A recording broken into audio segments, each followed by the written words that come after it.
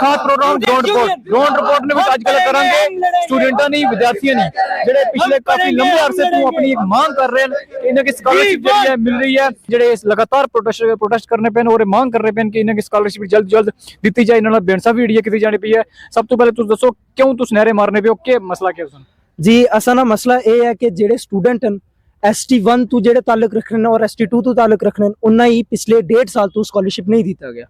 हालांकि फॉर्म बार बार भराया करने ने, लेकिन स्कॉलरशिप जेड़ा है वो ट्राइबल मिनिस्ट्री ते डायरेक्टर ऑफ हायर अथॉरिटी और रिलीज नहीं कराया करनी।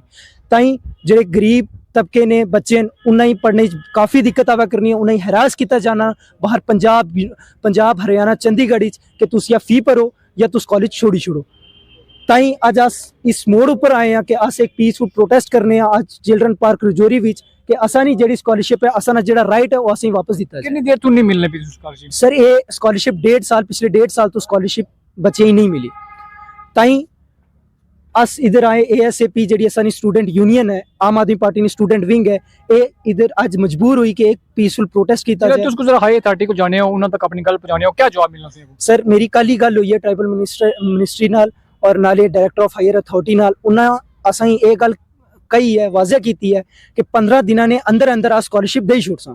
लेकिन ये वादे ये खोखले वादे उन्हें पहले भी बड़ी बार किए, पहले भी बड़ी स्टूडेंट यूनियन इधर प्रोटेस्ट किया, हंगर स्ट्राइक की, बाहर मंत्री ने काफिला भी रोकया ट्राइबल मिनिस्टर ना, लेकिन ता भी उन्हें उस टाइम भी ये गल आख्या कि एक महीने एक मंथ अस तुसानी स्कॉलरशिप रिलीज करी छुड़सा, लेकिन स्कॉलरशिप रिलीज नहीं की गई। साड़ी स्कॉलरशिप रिलीज होनी चाहिए। मेरा ये आखना है जेडे गरीब बच्चे वो बाहर ने शहरों में जान पढ़ने वास्ते तो उन्होंने को इतने पैसे होने नहीं कि वो उधर फीस भर सकन, अपने जेबों भर सकन, तो ये उन्होंने हक है, पढ़ना तो हर बच्चे का हक है, तो ये स्कॉलरशिप भी उस तरह उन्होंने हक है उन्हें दी जाए ताकि वो अगे तो अगे पढ़ सकन, तो बड़े डॉक्टर बनन, इंजीनियर बनन, मतलब देश का नाम रोशन करन, अपने शहर का नाम रोशन करन। तो उसका आखने स्कॉलरशिप ना कितना बड़ा इशू है और कितनी परेशानियां होनी चाहिए स्टूडेंट? मेरा नाम मोहम्मद आकिब है और मैं क्योरन रहने वाला।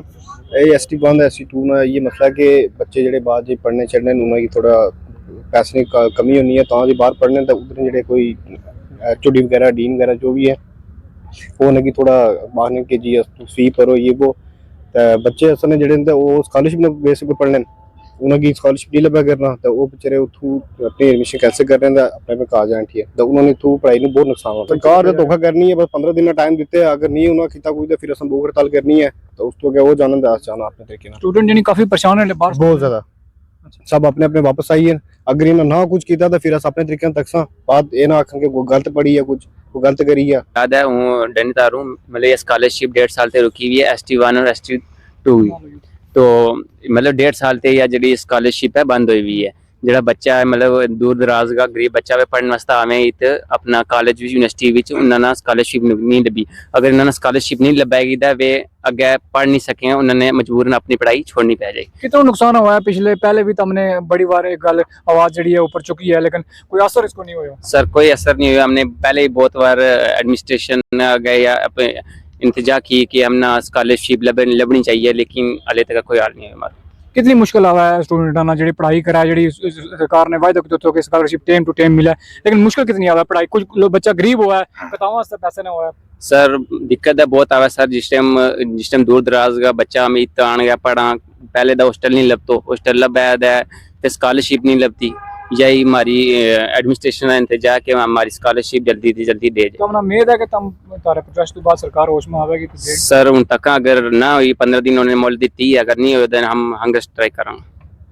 ये तमाम जो स्टूडेंट हैं ये स्टूडेंट जो ये मांग कर रहे हैं कि असा की स्कॉलरशिप जी दी जाए, क्योंकि पिछले लंबे अरसे तो इन्होंने बेइंसाफी जी है की जानी पई है। कई बार इन्हें पहले भी प्रोटेस्ट किए, पहले भी प्रदर्शन किए सरकार की आख्या, लेकिन सरकार ने इस और तवज्जो जी नहीं दी है। स्टूडेंट जो तबके ने लोग हैं ये काफ़ी परेशान हैं, क्योंकि बड़ा मुश्किल होना है एक स्टूडेंट वास्ते पढ़ाई ने खर्चा करना और कुदरा एक सहारा बननी है स्कॉलरशिप जी सरकार जी देनी है, लेकिन वो भी नहीं मिलनी पई है पिछले लगभग 1.5-2 सालों तो। और इस गल आज स्टूडेंट जो परेशान हैं प्रोटेस्ट कर रहे हैं और सरकार की एक बार फिर गुहार लगाने पे कि अगर 15 दिन के अंदर उन्हें स्कॉलरशिप नहीं दी गई तो आने वाले 15 दिनों तो बाद फिर एक उग्र प्रदर्शन करसन, फिर सड़कों उतरसन और फिर अपनी मांग जी है सरकार तक पहुँचाने की कोशिश जी है करसन। न्यूज़ 18 खास ग्राउंड रिपोर्ट रजौरी तो मैं शक्ति शर्मा।